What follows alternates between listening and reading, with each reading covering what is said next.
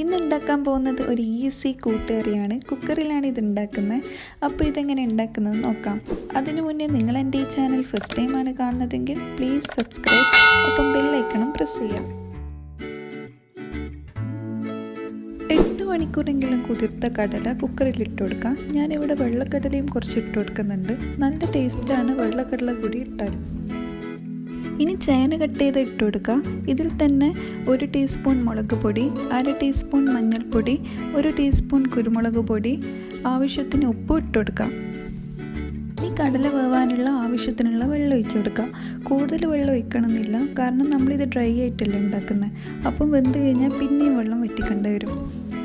അത് വേവുന്ന ടൈമിൽ അരപ്പുണ്ടാക്കുക. അതിനായിട്ട് മിക്സീൻ്റെ ചെറിയ ജാറിൽ തേങ്ങയും 1/2 ടീസ്പൂൺ ചെറിയ ജീരകം ഇട്ട് ക്രഷ് ചെയ്തെടുക്കുക.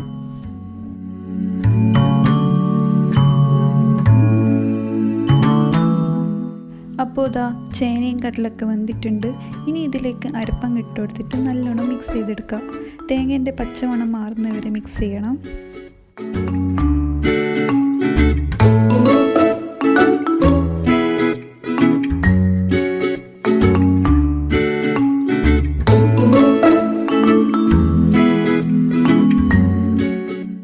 വേറെ പാത്രത്തിൽ വെളിച്ചെണ്ണയിൽ കടുകും ഉണക്കമുളകും പിന്നെ തേങ്ങ ചിരകിയതും ഒരു ബ്രൗൺ കളറാകുന്നത് വരെ ഫ്രൈ ചെയ്തെടുക്കാം.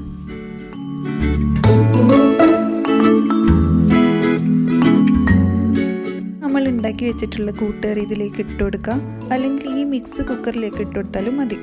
നന്നായിട്ട് മിക്സ് ചെയ്തെടുക്കുക. അവസാനമായിട്ട് കുറച്ച് കറിവേപ്പിലയും ഇട്ട് കൊടുക്കുക. അപ്പോൾ കൂട്ടുകറി റെഡിയാണ്.